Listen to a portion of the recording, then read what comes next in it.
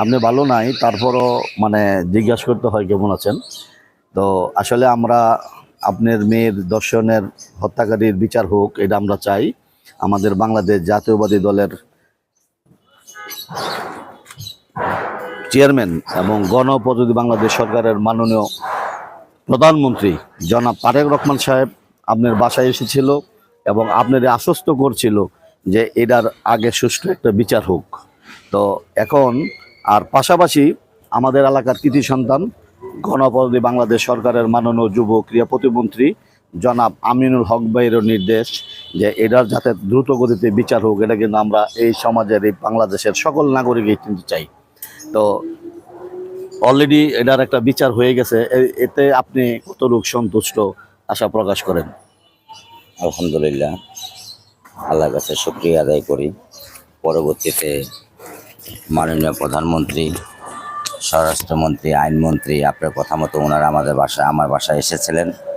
উনি আমাকে একজন কন্যার পিতা হিসাবে আমার বাসায় এসেছিলেন এবং আমাকে আশ্বস্ত করেছিলেন দ্রুত থেকে দ্রুত সময়ের ভিতরে এই রায়, এই বিচারে একটা সুষ্ঠু সমস্যার সমাধান বের করবার। ইনশাল্লাহ উনি আল্লাহর রহমতে বিচারপতি, মাননীয় বিচারপতি খুব দ্রুত থেকে দ্রুত সময়ের ভিতরেই বাংলাদেশের ইতিহাসে যেটা বিরল, খুব দ্রুত সময়ের ভিতরে 4 দিনের ভিতরে আমার রামেসার বিচারের রায় দিয়েছেন এবং মাননীয় বিচারপতি আসামিদেরকে মৃত্যুদণ্ডে দণ্ডিত করেছেন।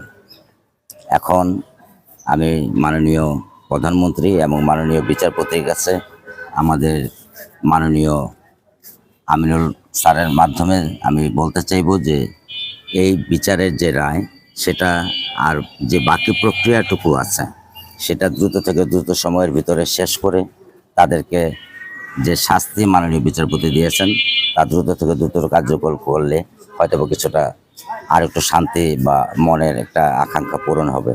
সন্তান চলে গেছে, যা হারিয়ে ফেলেছি তা তো আর ফিরে পাবো না, কিন্তু তারপরেও ন্যায় বিচার সমাজে প্রতিষ্ঠিত হবে এবং সমাজে আর কোনো রামিসা, আসিয়া বা আর কোনো শিশু সন্তান বা অন্য যে কেউ যেন এই ধরনের দুর্ঘটনার শিকার না হন। তারা সাবলীলভাবে স্বাচ্ছন্দ্যে আমাদের সমাজে চলাফেরা করতে পারেন। একজন বাবা হিসাবে আমি এইটাই প্রত্যাশা করব সব আইন এবং সরকারের কাছে। ধন্যবাদ। আমরাও প্রত্যাশা করি যে এই বাংলার মাটিতে যাতে এই ধরনের দর্শন না হয়, সমাজের সবাই ভালো থাকি। আর পাশাপাশি আমাদের গণপ্রজাতন্ত্রী বাংলাদেশ সরকারের মাননীয় যুব ক্রীড়া প্রতিমন্ত্রীর নির্দেশ, আমরা এই বাংলাদেশ